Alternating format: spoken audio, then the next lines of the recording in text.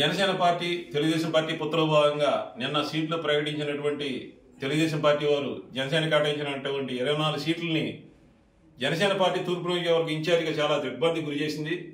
నేను ఒక్కడే కాదు, ఈ రాష్ట్రంలో ఉన్నటువంటి జన సైనికులు, వీర మహిళలు, జనసేన పార్టీలో ఉన్నటువంటి శ్రేయోభిలాషులు, పార్టీ పెద్దలు అందరూ కూడా ఈ యొక్క 24 సీట్లు కేటాయించడం లేదాన్ని ఎవరు కూడా నమ్మే పరిస్థితిలో టీడీపీ అన్నట్టుగా ఉంది.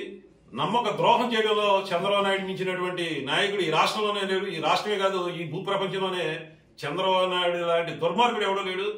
నమ్మిన వాళ్ళని నెట్టేట ముంచడంలో ఒక బ్రాండ్ అంబాసిడర్ గా వెలుగొందినటువంటి వ్యక్తి చంద్రబాబు నాయుడు గారు.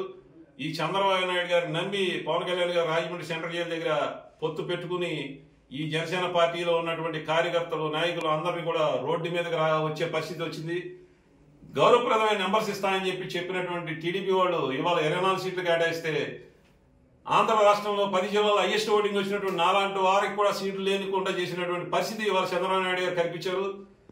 నాదెళ్ల మనోహర్ గారి కంటే కూడా ఎక్కువ ఓట్లు వచ్చినా కానీ నాకు సీట్లు లేవు, కానీ నాదెళ్ల మనోహర్ గారు సీట్లు ఇచ్చారు.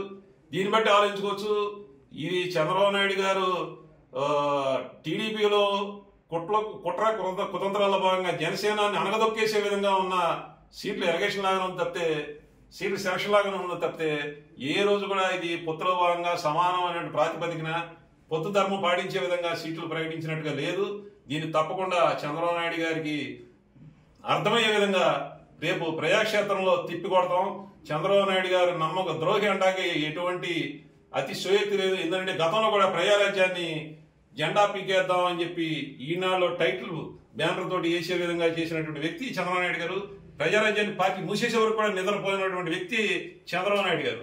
ఇదే కాదు, కాపుల్లో ఒక మాస్ లీడర్కి వస్తూ ఒక పేద పడుగు బలహీన వర్గాల ఆశాజ్యోతిగా వచ్చినటువంటి వంగవీటి మోహన్ రంగ గారు ఎక్కడ ముఖ్యమంత్రి అయిపోతే, ఎక్కడ టీడీపీ పార్టీ అణిగిపోద్దో లేదంటే కనుమరుగైపోద్దో అనే ఒక దూరాలోచనతో ఒక నాయకుడు అయినటువంటి వంగవీటి మోహన్ రంగ గారిని నిరాదయం చేసి అంతమందించే వరకు కూడా నిద్రపోయినటువంటి వ్యక్తి చంద్రబాబు నాయుడు గారు. ఇది గ్రహించి హరిరామ్ జోగి గారు కూడా చెప్తా ఉన్నారు, చంద్రబాబు నాయుడు మామూలు కాదు, నోటితో నొసలు ఎక్కించే టైపు, అతను నమ్మితే నడి సొంతలు వదిలేస్తాడు. ఒక నమ్మక ద్రోహానికి బ్రాండ్ అంబాసిడర్ చంద్రబాబు నాయుడు గారు. ఈ చంద్రబాబు నాయుడు గారిని నమ్మే పరిస్థితి లేదు. జన సైనికులు, వీర మహిళలు, అలాగే జనసేన నాయకులు అందరూ కూడా మరొకసారి ఆలోచించుకోవాల్సిన పరిస్థితి వచ్చింది.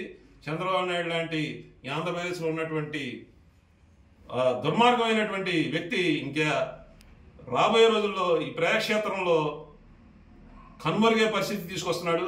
ఎందుకంటే నమ్మక ద్రోహం 24 సీట్లు అంటే అది ఎవరు కూడా జీర్ణించుకోలేని పరిస్థితి. అసలు చాలా దిగ్భ్రాంతికి గురి చేసినటువంటి నెంబర్స్ కనబడుతున్నాయి. గౌరవప్రదమైన నెంబర్స్ ఇస్తామని చెప్పి ఈ విధంగా చేయడం కూడా ఎవరు కూడా జీర్ణించుకోలేని పరిస్థితి కనబడుతుంది.